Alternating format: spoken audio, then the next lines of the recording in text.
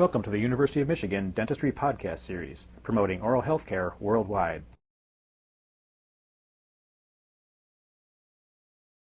What we want to go over today is what?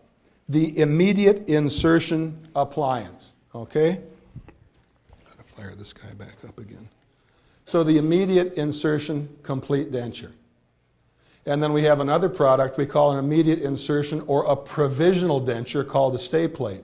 You can see that the numbers out here, the codes, the ADA codes are different. The idea with an immediate insertion complete denture with this code, 5130 for the upper and 5140 for the lower. If one uses that code in one's dental office for an immediate placement denture, what that tells the insurance company is this: if I use this code, this is considered a definitive appliance. So the insurance company will not pay their portion to remake the appliance for 5 years. And they won't pay to reline the appliance sooner than 6 months and 1 day. Okay? So if you use that code, 5130 or 5140, now what we found over time, and I don't know how many people here either over the summer or over the fall have done an immediate placement stay plate. How many people have been through that?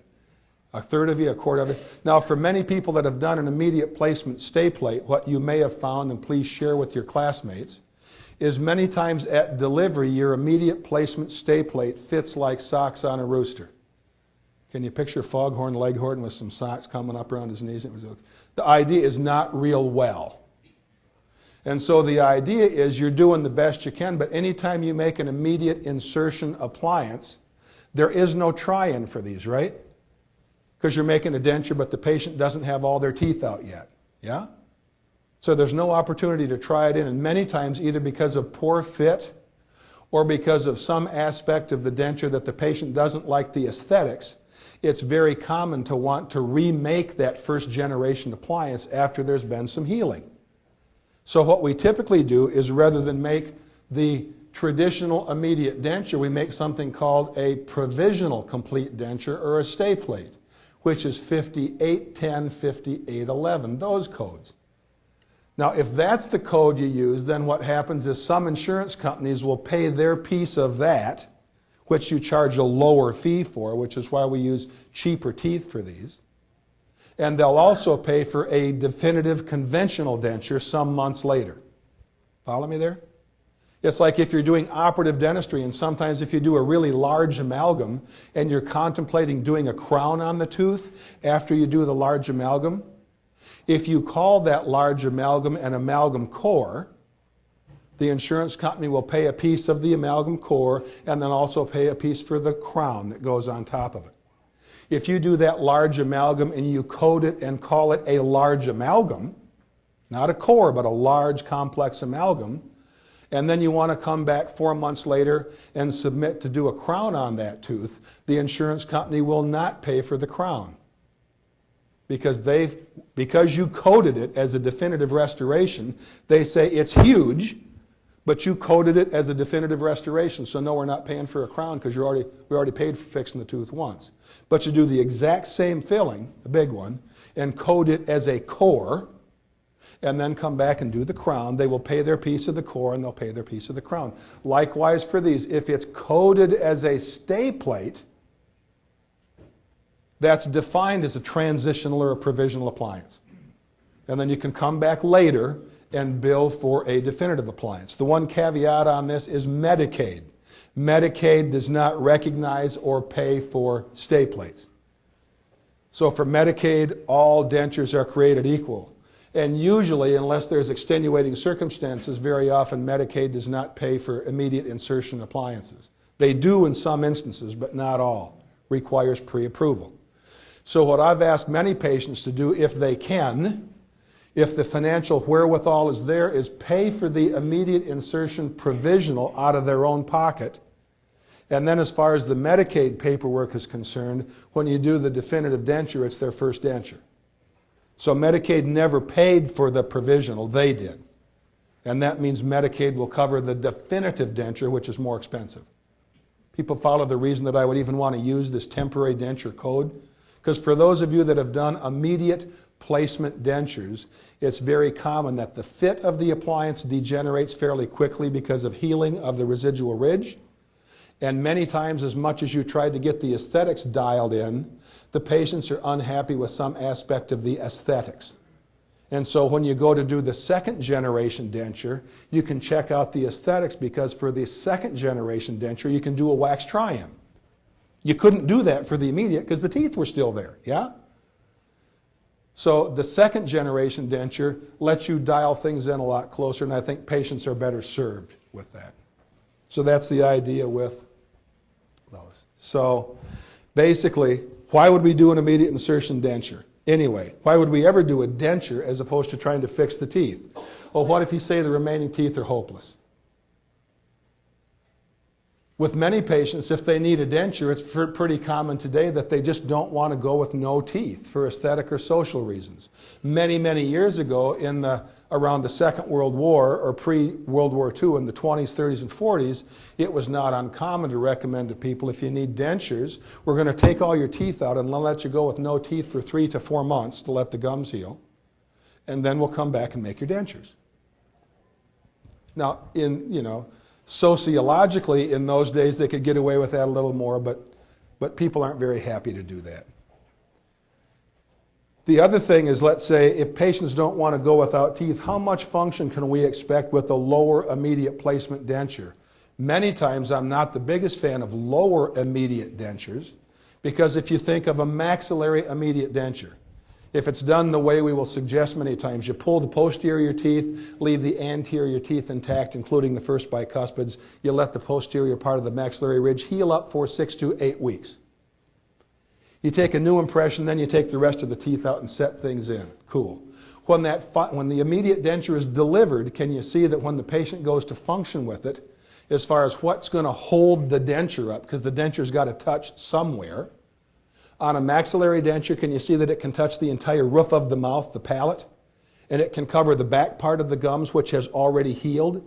So the only part of the gums that have not healed that the denture would put pressure on is that part in the maxillary anterior area. People follow that okay? But for the upper denture, it's got a lot of other places to press on the gums that the teeth didn't just get pulled on. So they work reasonably well. Turn that around to the lower immediate denture.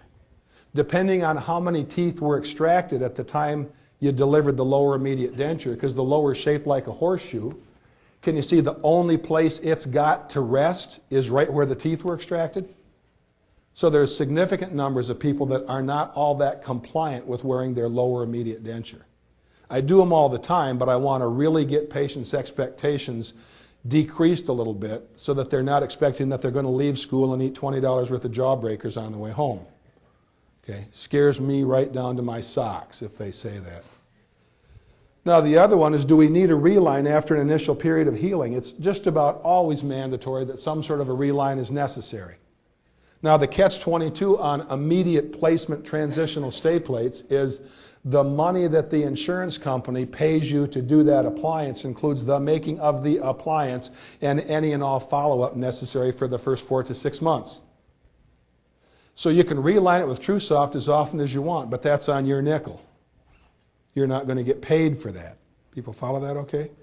So the longer I can have the patient using, let's say, denture adhesive in the case of a lower denture, and then if it gets really sloppy after 3 or 4 months and I switch over and put in a TrueSoft reline or reline it with Triad light cured material, then I don't have to redo those relines too often before it's time to remake the denture. So if one is going to reline the denture, if you start that right away, it's not that that's good or bad, but once you start relining it, you're not paid for that. It's just a service you're going to provide. And then you need to keep relining it. If it's a temporary soft reliner, you need to keep stripping that out and replacing it. Okay? Now, if you do a conventional immediate denture, that is the one like I said that I almost never do, the definitive appliance, eventually 6 months later you're going to need to reline that appliance. At some point when the gums change, you got to reline it. Now, if a lot of people wanted the immediate denture because they'd never wanted to be without teeth, if you've got the conventional immediate denture, The one that I talked about, basically that 5130 or 5140, because that's the definitive appliance. Eventually, when it comes time to reline that, you got to take your impression, take it away from the patient and send it to the lab, get it back from the lab and put it in. So with this traditional immediate denture, at the time you do the reline, it's going to be necessary to take the denture away from the person. If you do the stay plate, they continue to wear their stay plate during the entire time you're constructing the second generation denture. Follow that? So they're never without teeth.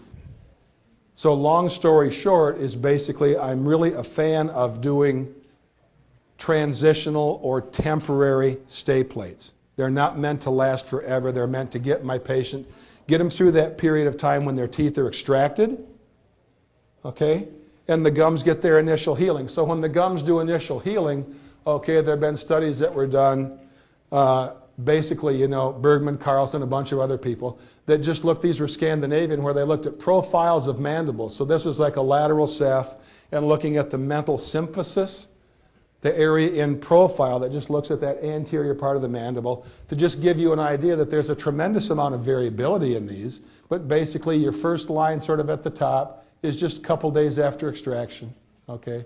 Then your next line down here, your little dotted line, okay, 5 years after extraction and 21 years after extraction, where they could get that much data. So you can see with different people, there's quite a bit of variability in the shape and the amount of resorption that goes on. Now the catch-22 on this is, let's say with some individuals, when you're doing an immediate placement denture, especially an immediate placement lower denture, any people that have ever been in oral surgery, when I come over to check the extraction site before you close the flap, anytime you have a situation, if you'd have something like this post-extraction, I would really like to see you take a rongeur and bone files and get this thing just so it's a real nice rounded edge down there. These tall spicule type ridges really tend to get sore a lot. So they're a pain in your butt because the patient's always back in your face saying, my gums hurt here. And you're forever relieving it, and it's just a problem. So at the time the teeth are extracted, take your time and be very conscientious about doing rongeurs and bone files or bone burrs or whatever. And don't leave ridges that sort of have spicule shapes at surgery if you can at all help it. Get things smoothed out. But the amount and the shape of resorption is variable a lot among patients. This is all on your handout, so you don't need to be writing furiously to write all this down. What I'm trying to give you an idea here is if one were to do that classic immediate denture, one that's meant to be a definitive appliance. These are the laboratory steps that you would take, and if one does the temporary appliance, those are the steps that it would take. Again, we try to keep the temporary appliance a little simpler. We use less expensive teeth. We try to make it attractive for the patient to go ahead and opt for that appliance. Now, some students past years have said, well, what if the patient doesn't come back to get the definitive appliance made? As long as this temporary denture is working okay for them and they're just out walking around, there's nothing wrong with that. These things don't blow up like the Mission Ridiculous after you hear the message in the phone booth. It blows the phone booth up after 7 seconds. Okay? These things don't self-destruct or blow up in 6 months and 2 weeks or something. So if the patient's doing okay with it, that's just fine, but the supposition is the patient's going to come on back and have a definitive denture made, and they're a little less, fewer fees. So what do we call basically the terminology for them? This just goes over it, and again, the 5810, 5811 is what you want to use. So basically, why do we want to use temporary appliances? Okay, immediate placement removable appliances. They allow extraction sites to heal prior to a definitive treatment. And the biggie is they give the patients an aesthetic replacement immediately, but also they allow a preview of the proposed treatment. Because many times when you make an immediate placement appliance, the patient will have some niggling complaint about the tooth position, the tooth shape, something. When you've got one of these transitional appliances, it's very easy to say, but Mr. Smith or Mr. Jones, remember that this is just meant to be a provisional. In 4 to 6 months when we make your definitive appliance, we're going to be able to do a full wax try-in with the real teeth, and we can really dial the aesthetics in a lot closer. We couldn't do that with this one because remember, your teeth were in the way. When we made this, you still had your own teeth. So that's the biggie that it gives us with that. So again, why might we recommend removing a patient's remaining teeth? So those of you that are up in clinic, how many people have had a patient that's a Medicaid patient that when you did the treatment plan and screened them, you thought that basically there were some teeth that could be saved, but what did the patient say? All I want is what Medicaid will pay for. If it costs me $3 out of my own pocket, I don't want it. Now, it may be that the population of patients in a dental school is not the same as the population of patients you will see in private practice. Nonetheless, there are some patients who, for economic reasons, will make the choice not to do restorations on their remaining teeth. Because as you do your comp care presentations, many of these patients you see that if they have many compromised teeth, even at dental school fees, the cost for doing amalgams and composites on many of these patients, even if you just throw in a temporary partial, a flipper, winds up being over $2,500 to $3,000. And for a lot of patients, that's just not on the list as far as their discretionary income. So one of the reasons you might do the removal of patients' teeth and put in some sort of a denture is straightforward economics. The other is always condition, okay, of the remaining teeth. So again, there's many teeth that we can save, but they're rotted off at the gum line. Patients got ring around the rosy caries. They're sucking on 12 Mountain Dews a day, sucking on lifesavers because their breath stinks because their teeth are so rotten, and it's all a downward spiral. Okay, so there may be condition of the teeth that are a big issue. Okay, patient factors. And as always, a lot of this stuff winds up being driven by insurance coverage. It just is.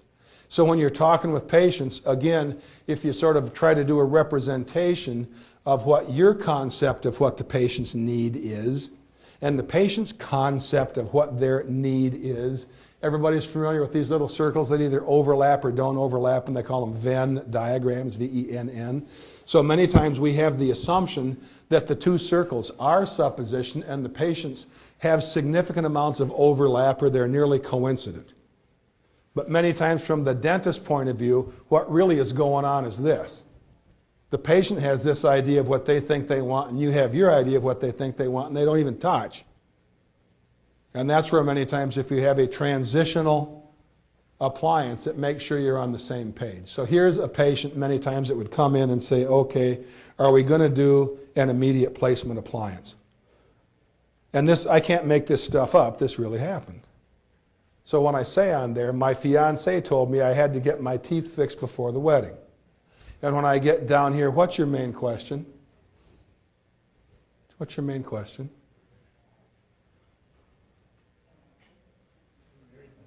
Who would marry this guy? You going to French kiss this guy? Yum. So my question is, how the heck did they ever even get engaged? But that's, and this is really what the person said. So anyway, there may be some individuals that depending on the amount of dough they want to spend, and this person didn't happen to have it, but I have had patients historically, whose teeth looked like this, and they absolutely couldn't or wouldn't spring for the money to fix the teeth.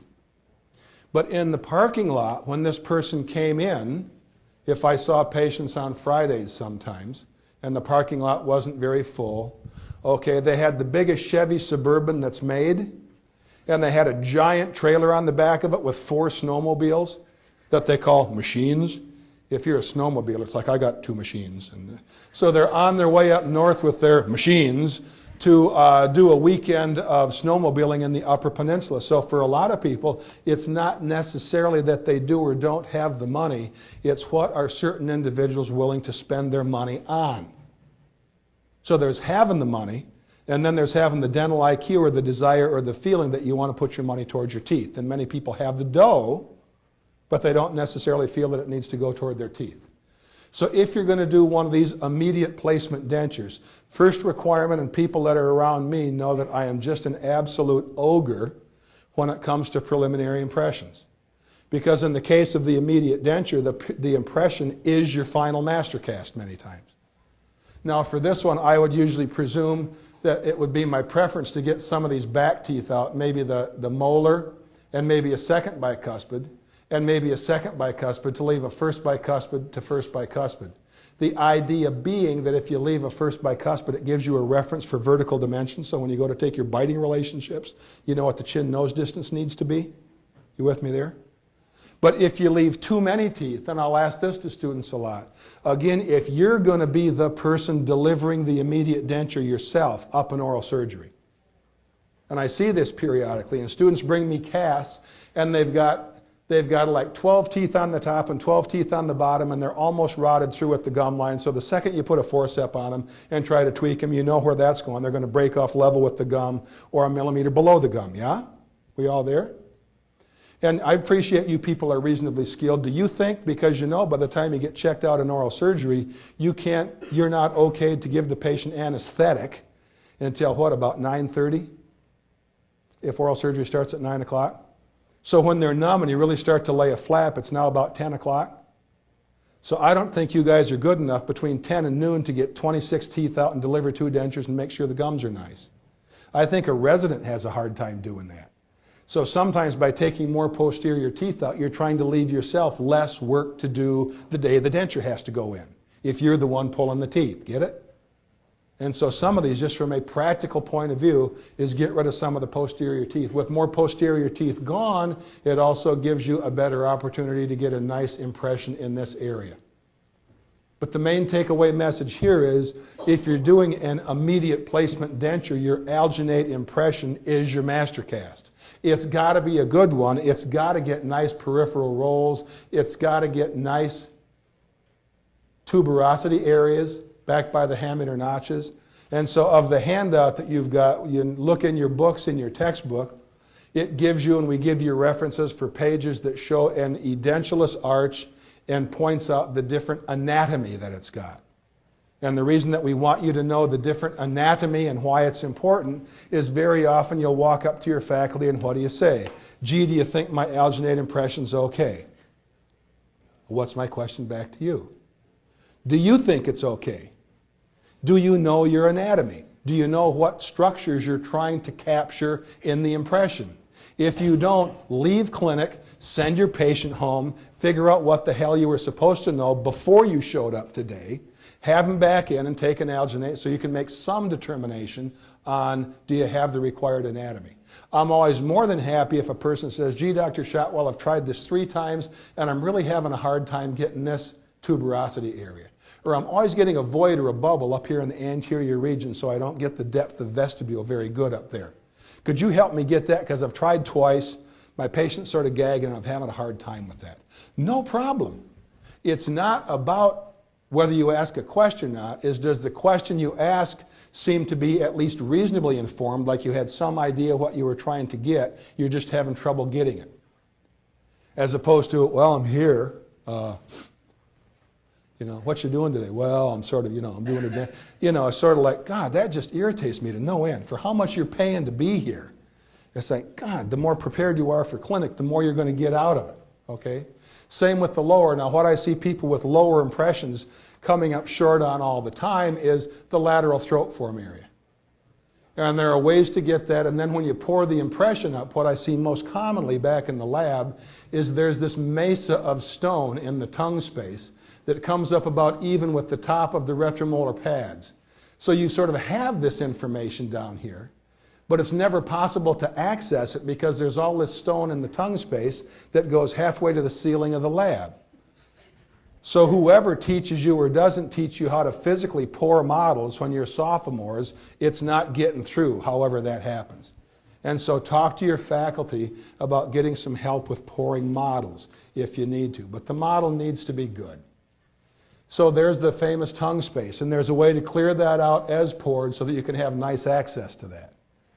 And that's, then you get the case mounted. Now, many times when you're doing immediate placement stay plates, the frustration is it's hard enough to get the impression, but then everybody wants to take a caulking gun of PVS, the blue bite, and then gun about a tennis ball size of blue bite in there and have them sort of mush down, and that's my real accurate bite. Because I've seen them do that in practice and it works really sweet. I was really worked sweet. In students, in my experience, and it's just this, everybody ever seen Monty Python's Flying Circus, know what I'm even talking about? And periodically there's that big foot that just comes out and stomp everything. So some student says, well, in my experience, I want to have that foot just go, your experience? What, you've done 2 of these? Maybe? Give me a break. God, your experience? So anyway, what we want to do is, how many people have taken a blue bite and mounted it? How many people have done that? And then you notice when you're trying to articulate your casts in the blue bite, there's anywhere from 1.5 to 4 millimeters of like vertical bounce where this stuff bounces up and down. It's like, really accurate. You know, I love that. Shim stock, look out. So anyway, what many times you got to do to get your bite taken is you got to pour the models up and make a record base and have a whole nother appointment to get the bite. And if that's what you need to do, that's what you need to do. Okay? So again, if I leave first bicuspids, I can go ahead and get a vertical dimension idea of how these things need to come together. So we get good models, we get the thing mounted up. Then if necessary, we make a record base. For this one, it happens to be a single upper immediate. So we go ahead and make the record base. We take a bite with record bases. Here it happens to be AluWax. If I take an AluWax occlusal registration, I get a nice registration that does not have 1.5 to 3 millimeters of vertical bounce. I can mount the maxillary cast and get ready to go ahead and make my single immediate denture in this case. Again, what we talked about is when you're going to select teeth, this says new hue and classic. So in that sample laboratory write-up that you had, okay, there we talked about having new hue teeth. Well, these are the same shapes of teeth. The classic teeth is what we use here. And the idea is the classic teeth come in all the same colors that the portrait, the fancier teeth do. So they're the same shape. Whereas if you use the new hue teeth, they're a couple dollars cheaper, not a lot, but they come in a more limited shade palette. So I thought instead of paying $4 for the 6 anterior teeth, we'll pay $6 for the 6 anterior teeth, but have all the shades available to you. So you go ahead and the pictures in these books are 1-to-1, they're life size, and so you can hold your cast. Many times if the teeth aren't completely destroyed on your cast, you can take your cast and hold it up to this booklet to get an idea of the size and shape of the teeth. And then here's the more definitive portrait teeth. Okay, so this is for temporary stay plates and temporary flippers. This is for definitive appliances. Okay, so again, 6 anterior teeth out of this one cost about $50. 6 anterior teeth out of this one cost about $6.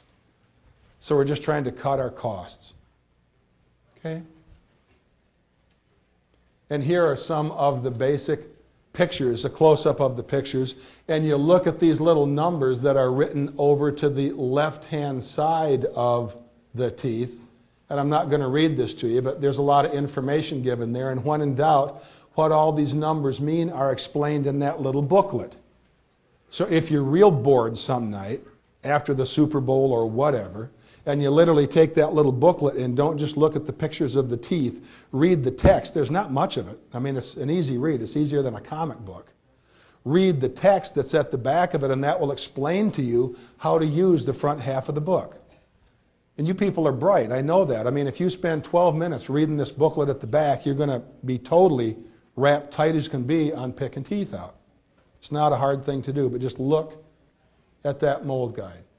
And then there's going to be a little chart in the back of it. And again, this is all explained in the booklet. Now, the one thing we don't always go over in the booklet is here at school, we typically have you use 10-degree teeth or functional teeth for the maxillary posterior and 0-degree teeth for the lower arch. Okay? And again, you've got a PowerPoint of this, so you don't need to look it up. But when you're looking up posterior teeth, which posterior teeth go with which anterior mold, so you pick out an anterior mold here, and it tells you go across the chart, it tells you which lower front teeth go with it, and which posterior teeth go with it. So all you're looking for posterior teeth is functional or 10-degree teeth for the upper, and 0-degree or rational teeth for the lower. That's the standard combination that we'll set for lingualized occlusion. The shade guide is there's that denture shade guide, that's the portrait shade guide, that's the larger one. Now the numbers on the portrait shade guide are the same codes that they are on the Vita shade guide. and the shades are pretty close, but the Vita shade guide is specifically engineered to go with Vita porcelain, meaning for PFM crowns. And there are some extremely subtle differences sometimes in the shades between the Vita shade guide and the portrait shade guide. They're awfully close, but when it comes for denture work, okay, or partial denture work, tend to use the portrait shade guide because it's really set up for the teeth. So what do they do at the lab? You'll have some faculty that you work with that really want you to cut the teeth off the model and sculpt the shape of the gums to look the way you think they're going to look after the teeth are extracted. So with some faculty, they would say, when this case is mounted up, we've got the pin set, I want you to grind all these teeth off and resculpt the gums, and then maybe just draw a line on the lower teeth where the midline was and how much overlap there was. Then we just cut all the teeth off and send the lab a smooth model, and they will start setting their teeth. My preference is to go ahead and send the lab the cast with the teeth on it and trust the lab to one tooth at a time, cut the teeth off and set the replacement teeth so that I'm using the remaining teeth as a template or a guide as to where the replacement teeth should go. Now, can you see, if you just use common sense, if the existing teeth the patient has because of periodontal involvement are splayed and really crooked, that those teeth aren't necessarily giving you a lot of information that's useful? Common sense, you follow me? So in that case, you may go ahead and just cut the teeth off and smooth off the cast because the teeth are not providing very much useful information for where to set the denture teeth. People follow that okay? But if the teeth are in reasonable alignment and look not that bad, but they need to come out, well, then I would tend to leave the anterior teeth on the cast as a guide for the laboratory. And again, when you're talking to your faculty that you work with, different faculty have different feelings about that. So here's another case, a different one in which we show we cut one tooth off, we reshape the cast, and we set a replacement tooth so it lines up. And we do that one tooth at a time until we get the anterior teeth set. We get the posterior teeth set. Then the other thing we typically want to do is to scribe a posterior palatal seal or a post dam in our cast. I like to do this myself before I send it to the dental laboratory. That's one thing I do like to do myself. And I just do a mechanical post dam so it's cut into the cast with an acrylic burr. Okay, the medium-sized acrylic burr. So here's the case all waxed up. We get it processed. We go ahead and do a split cast or a post-processing occlusal correction. When that's done, the people basically finish things off and return it to us. So, okay, here's a patient ready to get their teeth out in oral surgery. So we do a nice job in oral surgery. Now, the one thing I want you to notice about this case, can you see that the sutures do a pretty good job of being like a continuous mattress suture? So it does a good job of bringing the two parts of the flap together to get pretty good apposition of the flap. Can you see up there that the areas of the edentulous alveolar ridge have been smoothed down so that things are really quite smooth and there's no real irregular humps or bumps? That ain't rocket science. When you're gloved up in surgery and you pull the teeth, take your gloved finger and go around and feel that edentulous ridge real firmly. And if you feel anything that feels like a real crisp edge or a sharp corner, round it over. If you feel a big bump, cut it off with a rod, whatever, get rid of it. So that when you then bring your flap back down and you suture it, you go over there with the gloved hand and there's no sharp edges or spicules sticking out anywhere. Okay, we okay on that? When you go ahead and deliver it, here's 24 hours recall. So where do you need to adjust it? This is what's known as an intraoral ulcer. Okay, that's a completely ulcerated area. Inside the mouth, they look whitish. It's real common to see those in these areas. How come? What's there on your dentate cast before you cut the teeth off? Everybody take your fingers and feel your own face right there and feel how big those bumps are right there. So those bumps are pretty prominent. And a lot of times when those cuspids come out, that area needs to be crushed in, cut out the interdental septum and crush it in, or recontour that so you don't have these giant undercuts. Okay? So basically, here's a patient that we did a maxillary immediate denture for, had him back in. You can see that on many of these, it is possible to get pretty reasonable aesthetics. And this is a young lady, I did this probably about 25 years ago. She stiffed me and never came back for the definitive denture. So the temporary one was working good enough for her that she just never showed up to have the real one done. And it's not that that's a good or a bad thing. So basically, what am I saying? Your post-insertion adjustments are really made easier if it all starts with a great impression. So if you want to see me just go nuts, it's when you're taking preliminary impressions, bring me up a really horrible impression and say, oh, it's just a prelim. And I will guarantee you I will flip. Okay? So it all starts with a really, really good impression. You've been listening to a presentation from the University of Michigan School of Dentistry, which is dedicated to supporting open learning and open educational resources. This recording is licensed under the Creative Commons. It may be reused and redistributed for nonprofit use. Please attribute materials to the University of Michigan School of Dentistry and redistribute under this same license. For more information on how this and other University of Michigan School of Dentistry recordings may be used, visit www.dent.umich.edu/license.